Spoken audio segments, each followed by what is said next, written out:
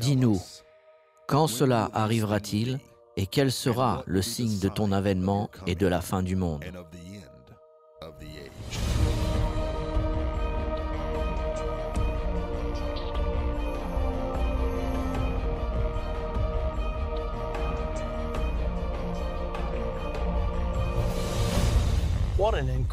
Quel sujet important nous avons aujourd'hui? L'islam dans les prophéties bibliques. Il n'y a pas si longtemps que les avions ont heurté les tours du World Trade Center à New York. Et soudainement, l'attention du monde s'est focalisée sur cette religion, l'islam, que peu d'entre nous connaissent. Vous regardez une scène de la Mecque en Arabie Saoudite. C'est le centre de l'islam dans le monde. Chaque musulman, une fois dans sa vie, essaye de faire un pèlerinage à la Mecque pour visiter le cœur du pays de Mohammed, le prophète qui a écrit le Coran, qui est le livre saint de la religion islamique. Est-ce que cette grande religion peut être totalement absente des prophéties bibliques?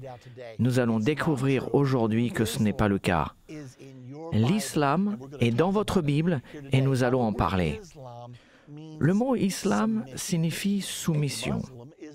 Un musulman est un adepte à la religion de l'islam.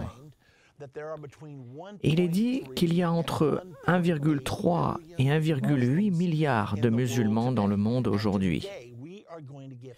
Et nous allons vous donner la preuve absolue que Dieu a prophétisé au sujet de l'islam 600 ans avant que l'islam n'existe, aussi incroyable que cela puisse paraître.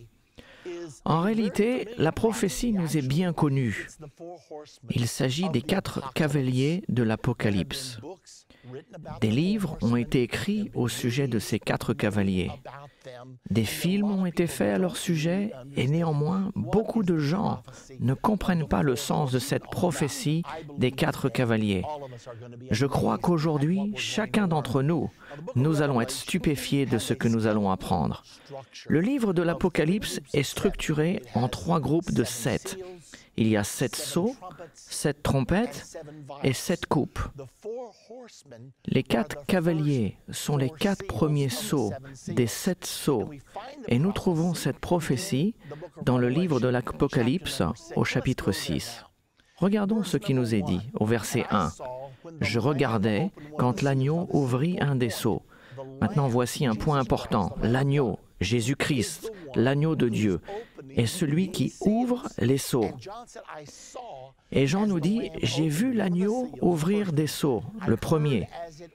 J'ai entendu comme d'une voix de tonnerre une des 4 bêtes. » Ces bêtes étaient des chérubins d'après Ézéchiel.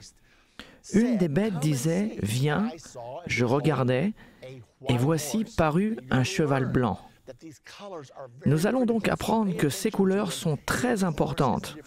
Faites-y donc attention. Chaque cheval est d'une couleur différente. Et voici parut un cheval blanc. Celui qui le montait avait un arc, une couronne lui fut donnée, et il partit en vainqueur pour vaincre. Regardons le deuxième cheval au verset 3. Quand il ouvrit le deuxième sceau, j'entendis le deuxième être vivant qui disait « Viens !» Et il sortit un autre cheval roux. Celui qui le montait reçut le pouvoir d'enlever la paix de la terre, afin que les hommes s'égorgent les uns les autres. Et une grande épée lui fut donnée. Le troisième cheval est un cheval noir. Quand il ouvrit le troisième sceau, j'entendis le troisième être vivant qui disait « Viens !» Je regardais, et voici parut un cheval noir. Celui qui le montait tenait une balance dans sa main. Et j'entendis au milieu des 4 êtres vivants une voix qui disait une mesure de blé pour un denier et 3 mesures d'orge pour un denier. Mais ne fais point de mal à l'huile et au vin. Et finalement, regardons le 4e cheval, au verset 7. Quand il ouvrit le 4e sceau, j'entendis la voix du 4e être vivant qui disait « Viens ». Je regardai, et voici parut un cheval d'une couleur pâle. Celui qui le montait se nommait la mort, et le séjour des morts l'accompagnait. Le pouvoir leur fut donné sur le quart de la terre pour faire périr les hommes par l'épée, par la famine, par la mortalité et par les bêtes sauvages de la terre. Nous avons donc vu 4 chevaux, le cheval blanc, le cheval roux, le cheval noir et maintenant le cheval pâle. Qu'est-ce que tout cela veut dire? J'ai découvert dans mes études des prophéties bibliques que si vous pouvez trouver une même prophétie 2 fois dans la Bible, l'une complétera l'autre. C'est un peu comme un puzzle que l'on essaye de mettre ensemble. Vous prenez quelques pièces d'ici et quelques pièces de là. Et quand vous les mettez ensemble, vous obtenez une image. La plupart des prophéties de la Bible nous sont données au moins 2, 3 et même 4 ou 5 fois pour certaines d'entre elles. Cette prophétie en particulier nous a été donnée dans un autre endroit dans l'Écriture, dans l'Ancien Testament, qui a été écrit 600 ans avant cela. Dans le livre de Zacharie, au chapitre 6 et au verset 1 à 8, ceci est intéressant car la prophétie de l'Apocalypse se trouve elle aussi au chapitre 6 et au verset 1 à 8. Nous savons que ce n'est peut-être pas significatif car les chapitres et les versets ont été mis après, mais il est néanmoins intéressant de le souligner. Maintenant, dans le livre de Zacharie, Zacharie voit les mêmes couleurs de chevaux, mais il les voit tirant des chars. Mais dans Zacharie, il y avait des chevaux blancs, des chevaux roux, des chevaux noirs, et il nous est dit là des chevaux tachetés. Donc, dans Apocalypse 6, nous avons des chevaux blancs, roux, noirs et pâles. Dans Zacharie 6, nous avons des chevaux blancs, roux, noirs et tachetés. La chose intéressante est que dans Zacharie, chapitre 6, la prophétie nous dit ce que symbolisent ces chevaux. Regardons maintenant le verset 4 du chapitre 6 de Zacharie. « Je pris la parole et je dis à l'ange, » c'est Zacharie le prophète qui parle, qui me parlait, « Qu'est-ce, mon Seigneur ?» Bonne question. L'ange me répondit, « Ce sont les 4 vents des cieux qui sortent du lieu où se tenait devant le Seigneur de toute la terre. » D'accord. Ces 4 cavaliers sont 4 esprits. Qu'est-ce que cela signifie? Est-ce que cela nous indique quelque chose? Est-ce que cela nous aide en quoi que ce soit? Je me suis demandé s'il y avait un esprit dans le monde aujourd'hui qui pourrait être l'esprit roux ou rouge. Et cela m'est venu à l'esprit. J'ai compris, car il y a un esprit international qui influence la croyance des gens, qui influence leur façon de vivre et même ce qu'ils font. Et c'est officiellement l'esprit rouge. Vous en avez entendu parler. L'esprit rouge, la Chine rouge, la Russie rouge, la Roumanie rouge, c'est le communisme. La couleur officielle du communisme est rouge. Pouvons-nous dire que c'est un esprit qui contamine le psychisme des gens, que cela détermine ce qu'ils pensent, quelles sont leurs valeurs, ce qu'ils aiment et pour quelles raisons ils se battent? Le communisme est un grand mouvement, c'est un système de croyances. Ce que nous allons apprendre, c'est que chacun de ces 4 cavaliers représente un système de croyances dans le monde. Et cela est si exact que ça m'a étonné. Et je pense que cela va vous étonner aussi. Continuons à regarder les autres indices donnés dans l'Apocalypse au chapitre 6 au sujet du cheval roux. Il est dit qu'il reçut le pouvoir d'enlever la paix de la terre. Le communisme a-t-il enlevé la paix de la terre? Oui. Depuis le début, depuis la première révolution communiste, la révolution bolchevique, l'Union soviétique a-t-elle pris la paix de la terre en 1917? Absolument. C'était une révolution horrible. Et cela a continué avec la révolution chinoise, quand les communistes ont envahi la Chine en 1949, puis la Corée, le Vietnam et le Congo. Partout où les communistes ont pris le pouvoir, ça a été par la révolution. Ils ont donc le pouvoir d'enlever la paix de la terre. Mais ensuite, il continue et dit « afin que les hommes s'égorgent les uns les autres ». Qu'est-ce que cela signifie? Non seulement ils combattent leurs ennemis, mais il y a aussi beaucoup de combats dans le monde communiste. Par exemple, Staline a tué 20 millions de Russes pendant son règne dans l'Union soviétique. 20 millions. Puis après, quand les Chinois ont été envahis par les communistes en 1949, de ce moment-là jusqu'à aujourd'hui, que s'est-il passé? Tout juste 60 années. Pouvez-vous imaginer que 60 millions de Chinois ont été tués pendant la révolution culturelle? Oui, ils se sont bien entretués. Ensuite, la prophétie continue et il lui fut donné, à celui qui est assis sur le cheval roux, une grande épée. Le communisme a-t-il une grande puissance militaire? Qui voudrait combattre contre la Russie et la Chine en même temps? Non, merci. Voyez-vous ce que je suis en train de vous dire? La couleur est bonne. Le drapeau de l'Union soviétique, le drapeau rouge avec la faucille et le marteau superposé. Le rouge est la couleur officielle du communisme ou du socialisme, ces deux-là étant synonymes. Le communisme est l'idéologie politique, le socialisme est le système économique, et tous deux marchent main dans la main. Et le Dieu Tout-Puissant a dit que l'un des systèmes de croyance qui dominerait dans la fin des temps serait la puissance rouge, la puissance du communisme. Avec cette explication, regardons le cheval suivant, le cheval noir. Appelons-le l'esprit noir. Et y a-t-il un autre système de croyance ou un autre esprit dans le monde aujourd'hui, ou peut-être même un équivalent au communisme? Bien, effectivement, il y en a un, car pendant toute la guerre froide durant les 60 dernières années, nous avons été dans un conflit entre le capitalisme et le communisme. Regardons le cavalier du cheval noir. A-t-il une épée? Non, il a une balance. Que signifie la balance? Commerce et affaires, n'est-ce pas? C'est ça qui fait avancer le capitalisme. C'est la libre entreprise. C'est tout l'esprit qui motive le capitalisme. Et dans Apocalypse 6:6, nous lisons « Une mesure de blé pour un denier et 3 mesures d'orge pour un denier, mais ne fait point de mal à l'huile et au vin. » Qu'est-ce que cela veut dire? Cela ressemble presque à un bilan boursier prophétique, n'est-ce pas? Le Dow Jones industriel est si élevé ou si bas. Souvenez-vous quand Bill Clinton était candidat à la présidence en 1992, il y avait un autocollant sur les voitures qui disait « C'est l'économie, imbécile ». George Bush père a eu une cote de confiance de 90% un an avant cela, mais il a finalement perdu l'élection parce que l'économie est descendue.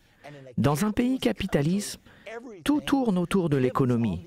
Les gens votent en fonction de leur portefeuille dans un pays capitaliste. Donc quand il est dit de ne pas faire de mal à l'huile et au vin, cela signifie que vous pouvez presque tout faire et être réélu. Mais si vous touchez à l'économie, les gens du pays capitaliste vous sortiront. Y a-t-il d'autres preuves que le capitalisme est l'esprit noir?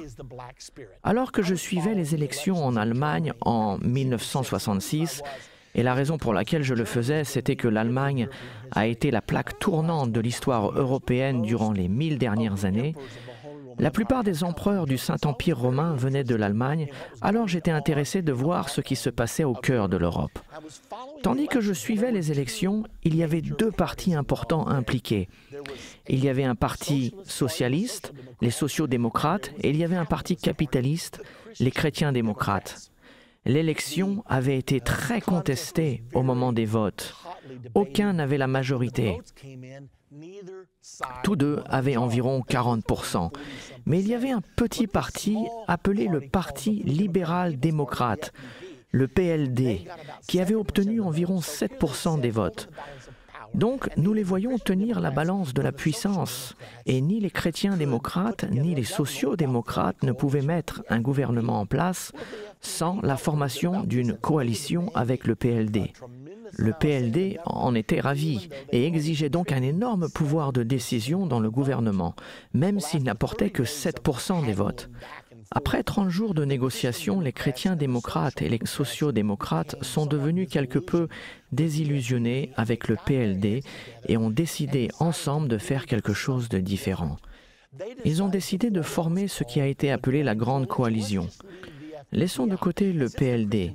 Et puisque les chrétiens démocrates avaient plus de voix que les sociaux-démocrates ont dit « nous prendrons la place de vice-chancelier et vous aurez celle de chancelier. Nous avancerons ainsi et mettrons notre gouvernement ensemble afin d'avoir un gouvernement majoritaire. » Eh bien, le magazine Time a rendu compte de ceci et il vous est nécessaire de le voir. C'est absolument surnaturel, c'est prophétique. Voici ce qu'ils ont dit au sujet des élections. Une grande coalition des deux grandes parties, les chrétiens démocrates et les sociaux-démocrates, qui se sont opposés farouchement pendant des années, une union du noir et du rouge, un mariage de convenance, néanmoins un rapprochement stupéfiait. J'avais étudié ces chevaux et avais pensé que le cheval noir pouvait être le capitalisme, mais je n'avais aucune preuve. Et c'était là, dans le magazine d'information le plus répandu de l'Amérique. Et ils utilisaient le noir comme symbole du capitalisme, tout comme ils utilisaient le rouge comme le symbole du communisme ou du socialisme. Et c'est alors que j'ai compris pour la première fois que le noir est la couleur officielle du capitalisme, tout comme le rouge est la couleur officielle du communisme et du socialisme. Mais la chose étonnante est que le Dieu Tout-Puissant savait cela 2000 ans auparavant et il a utilisé les couleurs de ses chevaux car il voulait nous parler au sujet des puissances qui existeraient dans le monde pendant la fin des temps, pendant le moment de l'accomplissement prophétique. D'accord. Voyons maintenant le cheval blanc ou l'esprit blanc. Qu'est-ce que l'esprit blanc pourrait être? Nous avons le communisme, nous avons le capitalisme, mais au sujet de l'esprit blanc, je n'arrivais pas à le savoir pendant des mois. Cela a peut-être duré 2 ans. Lorsque j'étais à Indianapolis, dans l'Indiana, en train de prêcher, j'étais dans le bureau d'un pasteur un jour et j'ai vu un livre sur sa bibliothèque. Le titre de ce livre était « Le communisme, la démocratie et la puissance catholique » par M. Paul Blanchard. Et je me suis dit, attends un peu, le communisme et la démocratie sont 2 des chevaux. C'est le cheval roux et le cheval noir. Qu'est-ce que Paul Blanchard fait accouplant le catholicisme avec le communisme et la démocratie? J'ai donc emprunté ce livre, je l'ai lu et cela était très intéressant. Ceci, entre parenthèses, n'était pas un livre prophétique ni un livre religieux, mais plutôt un livre de sciences politiques. Ce qu'il soutenait, c'est que ce sont les 3 puissances, le système de croyances, qui influencent ce que font les nations ainsi que les individus. Voici la manière dont il l'a dit. Presque chaque conflit entre les nations dans notre histoire contemporaine a été produite par des conflits entre 3 puissances. Le communisme, la démocratie et le catholicisme. Et là, je me suis demandé s'il y avait une chance que le catholicisme soit la puissance blanche. J'ai commencé à étudier et j'ai trouvé un autre livre appelé « Les clés de ce sang », écrit par un grand écrivain catholique romain du XXIe siècle, M. Malachi Martin. J'ai interviewé M. Martin plusieurs fois durant notre émission de radio quotidienne « Politique et religion ». Mais dans ce livre, « Les clés de ce sang », il dit dans le tout premier chapitre, « La question n'est pas s'il va y avoir un gouvernement mondial, ceci est certain. Toutes les nations sont maintenant interdépendantes. La seule question est qui dirigera ce gouvernement mondial qui arrive. » Il a capté mon attention car je savais ce que la prophétie disait au sujet du gouvernement mondial. Et il continue en disant « Et il y a 3 et seulement 3 puissances géopolitiques avec la doctrine et la structure nécessaires pour diriger un gouvernement mondial. Le communisme, le catholicisme et le capitalisme. » Je me suis dit, attends un peu, il dit exactement la même chose que Paul Blanchard a dit dans son livre. Il doit y avoir quelque chose de vrai. J'ai donc décidé de voir si je pouvais prouver si le blanc a quelque chose à voir avec le catholicisme. je me suis rendu compte que c'est la tradition dans l'Église catholique que le pape s'habille en blanc. Presque chaque fois que nous le voyons, il est habillé en blanc. Il m'est arrivé de voir l'hélicoptère du pape un jour et il était blanc. Souvenez-vous de la tentative d'assassinat sur le pape Jean-Paul II en 1981? Après cela, ils lui ont construit un véhicule blindé pour ses déplacements en public. Ils l'ont appelé la Papamobile. Sa couleur? Le blanc. J'ai ensuite appris que la compagnie Alitalia pourvoit pour le pape un avion pour ses déplacements au travers du monde. La couleur de cet avion? Le blanc. J'ai une question pour vous. Si le pape avait un cheval, de quelle couleur serait-il? Je pense que la réponse est évidente. Il serait blanc. Donc, je regardais ces principaux systèmes de croyance. Qu'est-ce que la prophétie dans Apocalypse 6 nous révèle au sujet du cavalier sur le cheval blanc? Il a un arc, mais il ne tire pas de flèches. Il est armé, mais pas de munitions traditionnelles comme les puissances politiques de ce monde. Il est armé, mais il ne tire pas. Et ensuite, il est dit, une couronne lui fut donnée. Vous savez, le pape n'a jamais porté de couronne avant l'an 960. Je pense que le pape Grégoire était le premier à porter une couronne. C'était une couronne de 3 rangs de diadèmes qu'il portait. Nous avons toujours cette couronne au musée du Vatican. Ainsi, chaque élément de la prophétie coïncide. Regardons-les.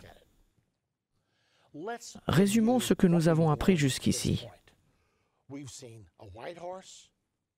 Nous avons vu un cheval blanc, un cheval roux, un cheval noir et un cheval pâle. Nous avons parlé des 3 premiers et il est stupéfiant de voir ce que nous avons appris.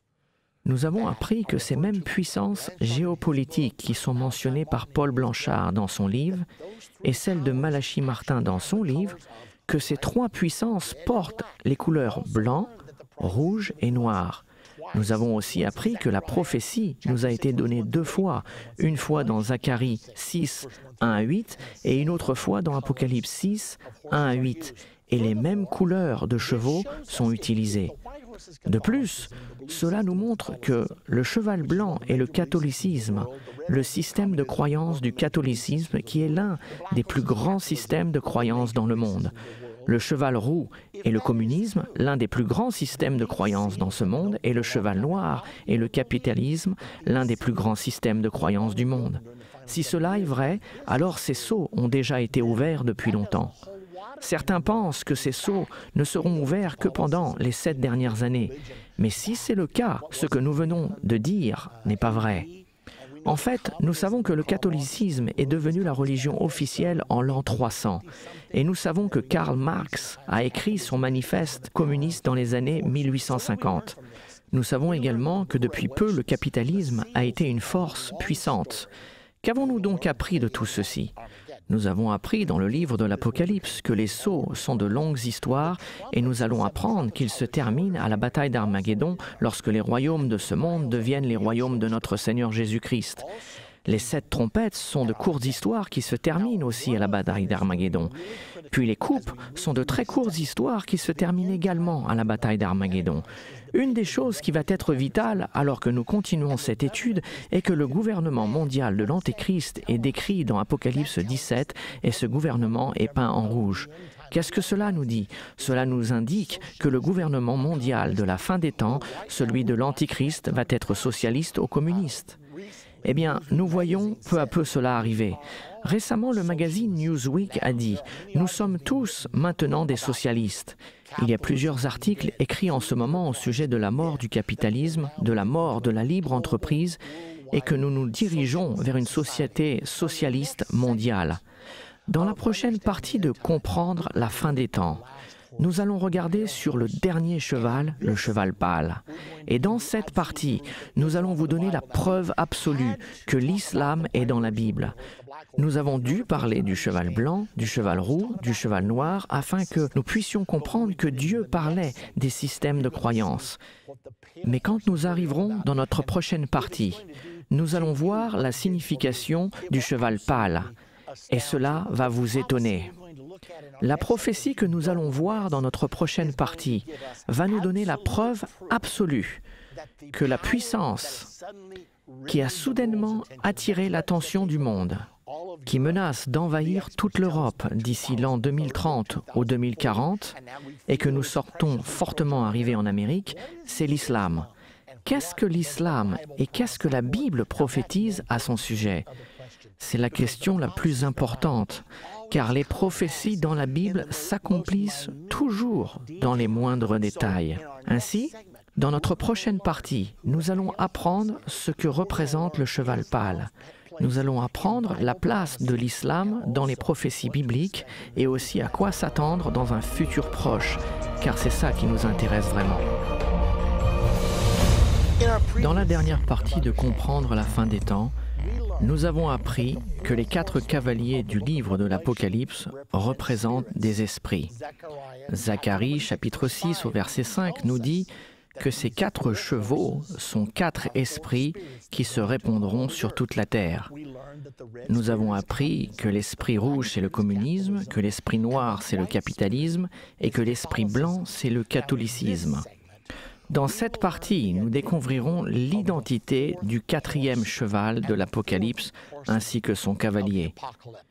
Regardons-le maintenant, dans Apocalypse 6, au verset 7. Quand il ouvrit le 4e sceau, j'entendis la voix du 4e être vivant qui disait « Viens ». Je regardai, et voici parut un cheval d'une couleur pâle. Celui qui le montait se nommait la mort, et le séjour des morts l'accompagnait. Le pouvoir leur fut donné sur le quart de la terre pour faire périr les hommes par l'épée, par la famine, par la mortalité et par les bêtes sauvages de la terre. Je n'oublierai jamais le moment où j'ai essayé de comprendre ce dernier cheval. Pendant un moment, je n'y arrivais pas. J'ai finalement abandonné et je me suis dit, il nous est dit que c'est la mort, je vais donc enseigner que c'est la mort et que l'enfer la suit. Et plus vite une personne meurt, le moins de chance elle a pour être sauvée et le plus de chance elle a d'aller en enfer. Et j'en ai finalement conclu ainsi. Mais je n'étais toujours pas satisfait, car je savais bien que j'avais compris les 3 premiers chevaux, le catholicisme, le communisme et le capitalisme, mais que la mort semblait ne pas s'aligner avec les autres. Je me demandais s'il ne manquait pas quelque chose. Ainsi, il y a quelques années, je l'ai regardé une fois de plus. Je suis allé voir l'origine du mot grec qui a été traduit en anglais par « pâle », et le mot était « chloros ». Et je me souviens avoir pensé « chloros ». Je me rappelle que l'on m'a enseigné à l'école que la chlorophylle rend les plantes vertes. J'ai donc regardé dans le dictionnaire et il nous est dit que la définition du mot chloros en grec est vert. Je me suis donc demandé pourquoi l'ont-ils traduit par pâle. J'ai ainsi décidé de voir combien de fois ce mot grec chloros se trouvait dans le Nouveau Testament. Je l'ai trouvé 3 autres fois, donc 4 en tout.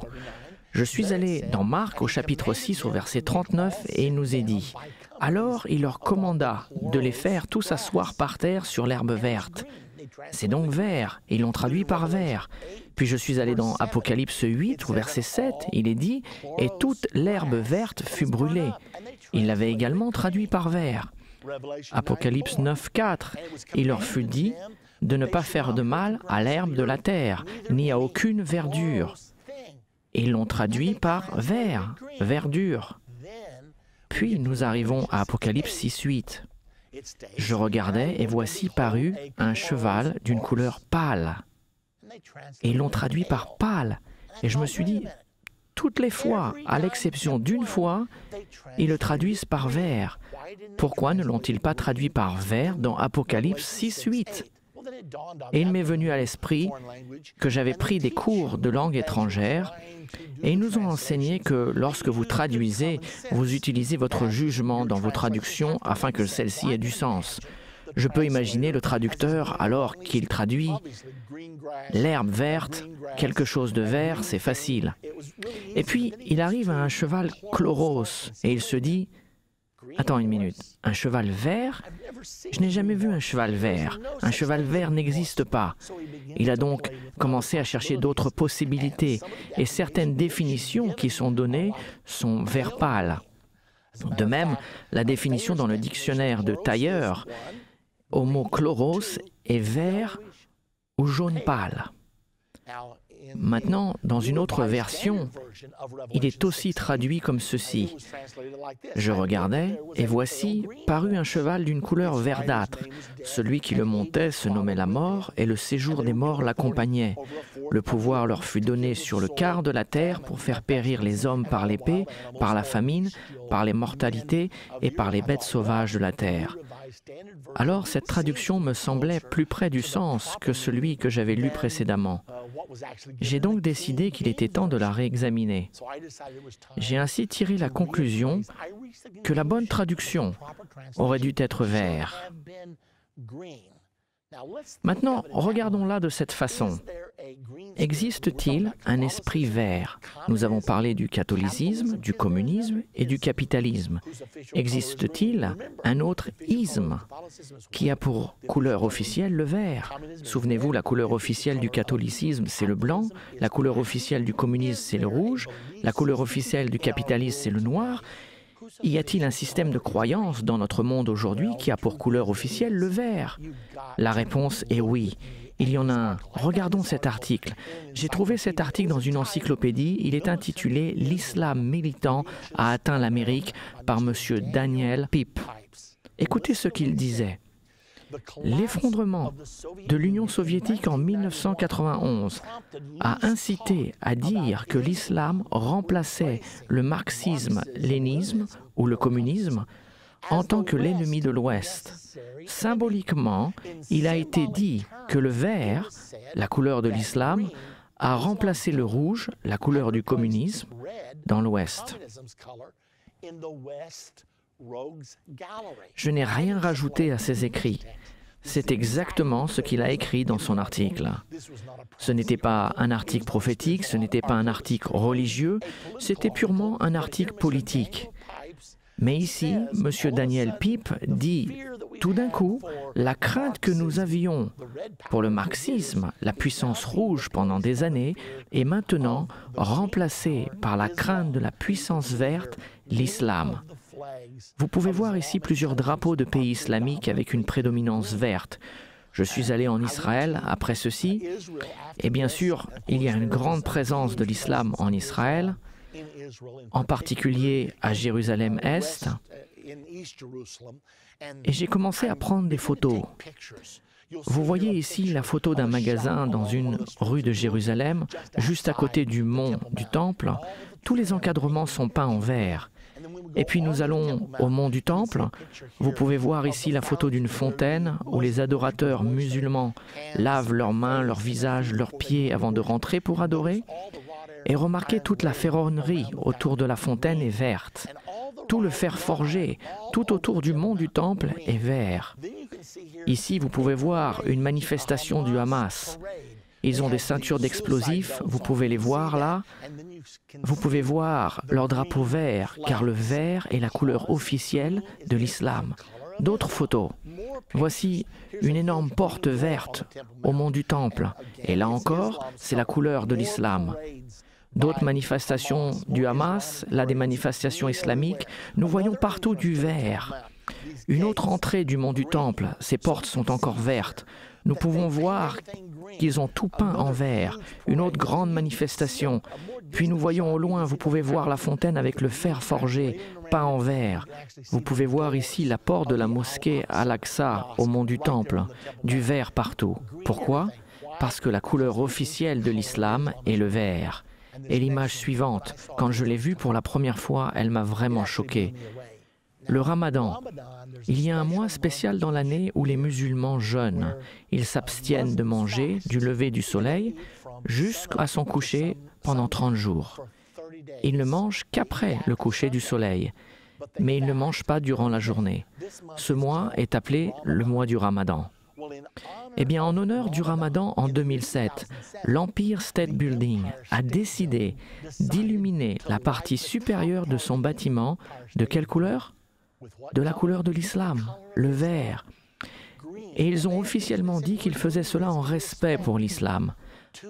Apparemment, les propriétaires de l'Empire State Building ont dû voir la chute des tours jumelles à New York et ont décidé de dire « Hé, Islam, nous vous aimons, nous sommes vos amis, ne nous détruisez pas. » Donc, qu'apprenons-nous ici?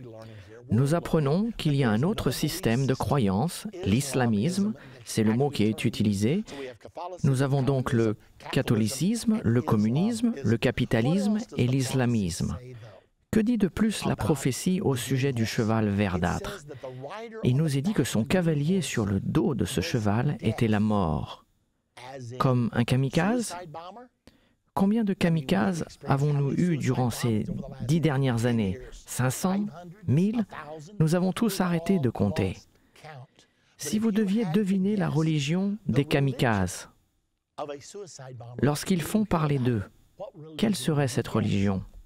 La réponse est évidente, car chaque kamikaze dont j'ai entendu parler était musulman. L'humoriste au Danemark a créé une fureur quand il a dessiné une caricature de Mohamed avec un turban autour de sa tête et une mèche allumée, signifiant que les kamikazes sont devenus une marque de fabrique de l'islam. Les musulmans ont été très offensés par cela.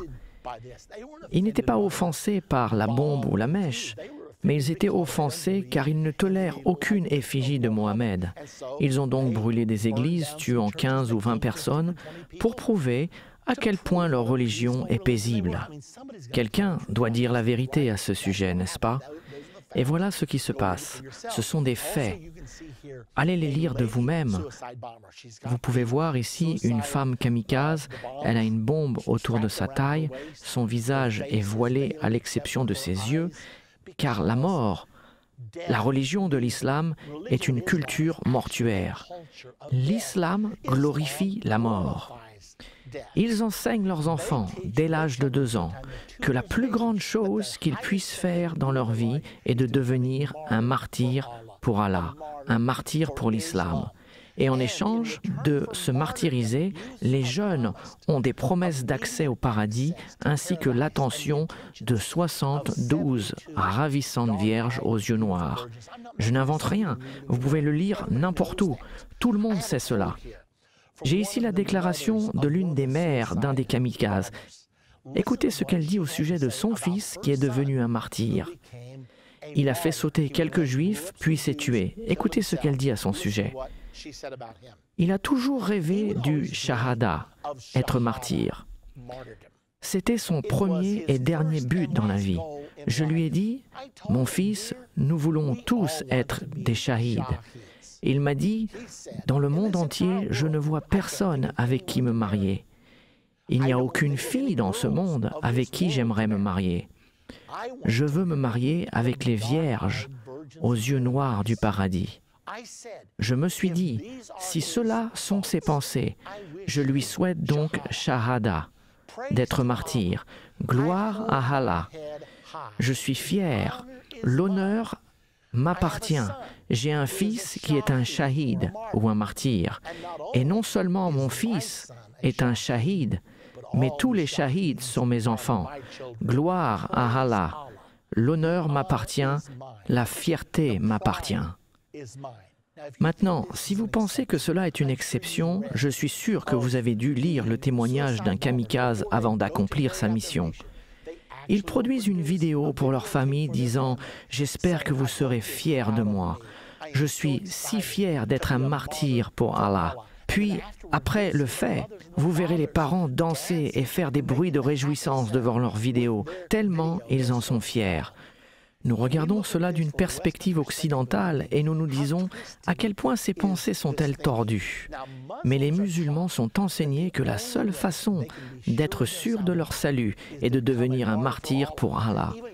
Même Yasser Arafat, dans sa vie, a dit « J'espère un jour être un martyr pour Allah ». C'est la culture de la mort. Le cavalier sur le cheval verdâtre, son nom est la mort. Je vous ai déjà dit que ces jeunes kamikazes sont enseignés que s'ils commettent un suicide pour la cause d'Allah, ils iront directement au paradis. Cependant, c'est tout le contraire de ce que la Bible nous enseigne. La Bible nous dit que tout meurtrier aura sa part dans le lac de feu. Donc, quelle est l'image ici? Le cheval verdâtre, son cavalier est la mort. Et qu'est-ce qui suit? L'enfer, pas le paradis, mais l'enfer. Quelle déception cela va être! Si vous et moi, nous tuons quelqu'un, nous n'imaginons pas un instant nous réveiller dans la vie éternelle, comme il est enseigné dans la religion musulmane. Au lieu de cela, la Bible nous dit que l'enfer suivra. D'accord. Donc qu'est-ce que la prophétie nous dit après? Elle nous dit que cet esprit du cheval verdâtre aura la puissance sur un quart de la terre. Il est estimé qu'entre 1,3 et 1,8 milliard de personnes sur Terre aujourd'hui sont musulmans. La population totale de la Terre est de 6,8 milliards. Ceci est exactement un quart. La puissance a été donnée à un quart de la terre de tuer par l'épée. La manière préférée de l'islam pour mettre à mort est la décapitation. Les Américains avec leur président, les Anglais et tous ceux qui les suivent avec les sionistes. La mauvaise semence de l'entité. Allah est le plus grand. Si Allah nous le permet, nation de Mohammed, même les pierres diront « Ô musulmans, un juif se cache derrière toi, viens et coupe-lui la tête. Et nous lui couperons la tête. Au nom d'Allah, nous la couperons. Ô juifs, Dieu est grand, Dieu est grand. » Donc, la puissance a été donnée à l'esprit vert de tuer par l'épée et par la famine. 96% des musulmans viennent d'Afrique et de l'Asie du Sud, les régions les plus pauvres et les plus affamées du monde. Comprenez-vous combien cette prophétie est exacte? Oui, c'est l'esprit vert qui est la couleur officielle de l'islam. Ils vous diront sans hésitation que c'est ça, et chacun de ces indices nous sont donnés concernant l'identité de l'esprit vert et s'accomplissent au détail près. Maintenant, posons-nous cette question. Est-ce le moment du cheval verdâtre? Dans le déroulement des prophéties bibliques, sommes-nous arrivés à ce moment-là? La prophétie du cheval verdâtre se passe au 4e sceau. Maintenant, le 5e sceau est la grande tribulation, l'ère du cheval verdâtre, l'ère de la montée, de la résurrection de l'islam, est supposée se passer juste avant la grande tribulation. Si vous comprenez les prophéties bibliques, vous devez savoir que nous approchons du moment de la grande tribulation. Regardons d'ailleurs ce 5e sceau. C'est dans Apocalypse 6, au verset 9 à 11. Le cheval verdâtre étant dans Apocalypse 6, 7 à 8. Puis nous allons au verset 9. Écoutez ce qu'il est dit. Quand il ouvrit le 5e sceau, je vis sous l'autel les âmes de ceux qui avaient été immolés à cause de la parole de Dieu et à cause du témoignage qu'ils avaient rendu. Ils criaient d'une voix forte en disant « Jusqu'à quand, Maître saint et véritable, tarderas-tu à juger et à tirer vengeance de notre sang sur les habitants de la terre ?» Une robe blanche fut donnée à chacun d'eux, et il leur fit dit de se tenir en repos quelque temps encore jusqu'à ce que soit complet le nombre de leurs compagnons de service et de leurs frères qui devaient être mis à mort comme eux. Donc ces âmes qui ont été tuées pendant la grande tribulation étaient en train de crier. Ils ne sont pas là physiquement, mais ils sont là spirituellement. Et ils sont capables de communiquer. « Jusqu'à quand tarderas-tu à juger et à tirer vengeance de notre sang sur les habitants de la terre ?» Attendez encore un peu, jusqu'à la fin de la grande tribulation. Maintenant, il y a un autre événement majeur qui est supposé se passer juste avant la grande tribulation. Cela a aussi un rapport avec l'islam. Dans Apocalypse 9, au verset 13 à 18, nous parle d'une guerre qui tuera un tiers de la race humaine. Cette guerre commencera de la région de l'Euphrate. L'Euphrate commence en Turquie, se prolonge en Syrie jusqu'en Irak, se déversant dans le golfe Persique. Ceci est très intéressant car chaque centimètre de l'Euphrate est un fleuve islamique. Il est contrôlé par l'islam. Et où est-ce que les combats prennent-ils place aujourd'hui? Les États-Unis d'Amérique ont 145 000 soldats postés le long de l'Euphrate. Beaucoup de personnes pensent que la guerre de l'Euphrate se passe en ce moment. Beaucoup de dirigeants du monde disent que nous sommes actuellement dans la Troisième Guerre mondiale, mais nous ne le savons pas encore. Que signifie tout cela? Cela signifie que l'esprit de l'islam se relève à nouveau. Voyons ce qui va se passer après la grande tribulation. Nous passons au 6e sceau. Apocalypse 6, 12. Je regardais quand il ouvrit le 6e sceau, et il y eut un grand tremblement de terre. Le soleil devint noir comme un sac de crin. La lune entière devint comme du sang. Toutes les étoiles du ciel tombèrent sur la terre, comme lorsqu'un figuier secoué par un vent violent jette ses figues vertes. Le ciel se retira comme un livre qu'on roule, et toutes les montagnes et les îles furent remuées de leur place. Et plus loin, dans ce verset, il nous est dit que les riches et les puissants de ce monde ont couru se cacher dans les montagnes en disant « Tombe sur nous et cache-nous de celui qui est sur le trône, car le grand jour de sa colère est arrivé. » Ceci est la deuxième venue de Jésus-Christ à Armageddon. Donc nous avons le cheval verdâtre, puis nous avons la grande tribulation et finalement nous avons l'avènement de Jésus-Christ. Le soleil devient noir comme un sac de crin, la lune entière devient comme du sang et les étoiles tombent du ciel. Ce sont toutes des choses décrites qui se passeront au moment de l'avènement de Jésus-Christ. Voici ce qui est dit dans Apocalypse 6, 12 à 14. Et Jésus en a aussi parlé dans son discours sur le mont des Oliviers. Regardons-le dans Matthieu au chapitre 24. Souvenez-vous qu'il s'agit du passage d'où vient le titre de notre série, « La fin de l'ère ». Les disciples ont demandé à Jésus, « Dis-nous quand cela arrivera-t-il et quel sera le signe de ton avènement et de la fin du monde ?» Et Jésus passe le reste du 24e chapitre de Matthieu, donnant plusieurs prophéties au sujet des choses à venir. Mais quand il arrive sur les derniers événements, ce qui est après la grande tribulation se passe entre le verset 15 et le verset 29. Maintenant, écoutez ce qui est dit au verset 29. Aussitôt, après ces jours de détresse, le soleil s'obscurcira. C'est la même chose qui s'est passée dans le 6e sceau. Et la lune ne donnera plus sa lumière, les étoiles tomberont du ciel et les puissances des cieux seront ébranlées. Le signe du Fils de l'homme paraîtra dans le ciel. Toutes les tribus se lamenteront et elles verront le Fils de l'homme venant sur les nuées du ciel. De nouveau, c'est la même chose dans Apocalypse 6.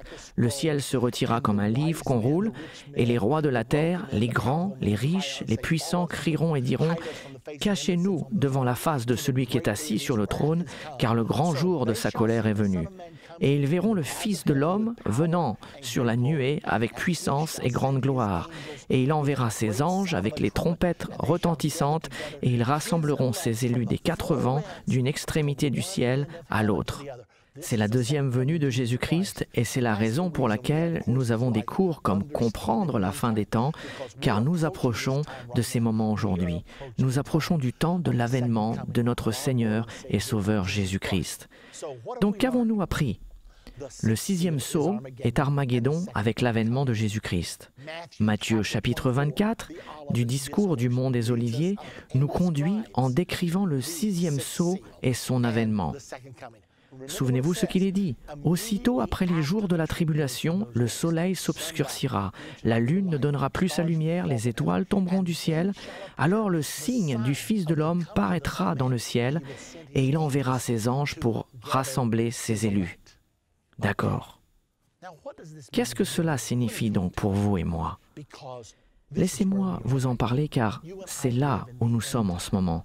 Vous et moi, nous vivons dans la fin des temps. Alors que faire? Courons-nous nous réfugier dans l'Utah, dans un abri nucléaire, ou bien cherchons-nous à trouver un endroit pour nous protéger? Est-ce que cela doit être l'état d'esprit dans lequel nous vivons aujourd'hui?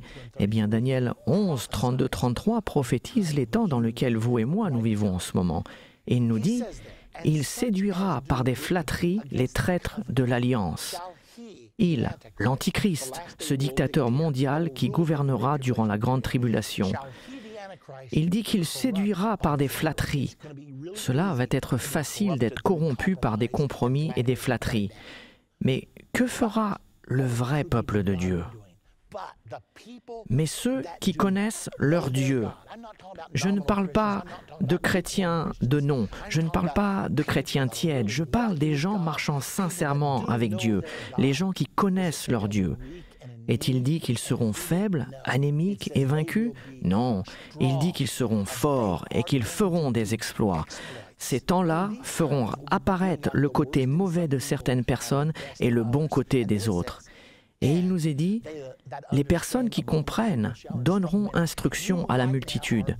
Vous êtes en train de regarder la série « Comprendre la fin des temps ». Nous l'avons nommé ainsi d'après ce verset. Les personnes qui comprennent donneront instruction à la multitude. Alors, que devons-nous faire maintenant? Devons-nous laisser l'esprit de compromis et de tiédeur de cette ère nous emporter? Absolument pas. C'est l'heure pour vous et moi de renouveler notre engagement à Jésus-Christ. Nous n'avons pas besoin de chrétiens sans enthousiasme aujourd'hui. Nous avons besoin d'être engagés totalement et absolument, car Jésus-Christ compte sur l'Église de la fin des temps pour amener le relais jusqu'à la ligne d'arrivée. C'est vous, c'est moi. Alors oubliez la tiédeur, oubliez l'indifférence. Les personnes qui comprennent donneront l'instruction à la multitude, et c'est vous.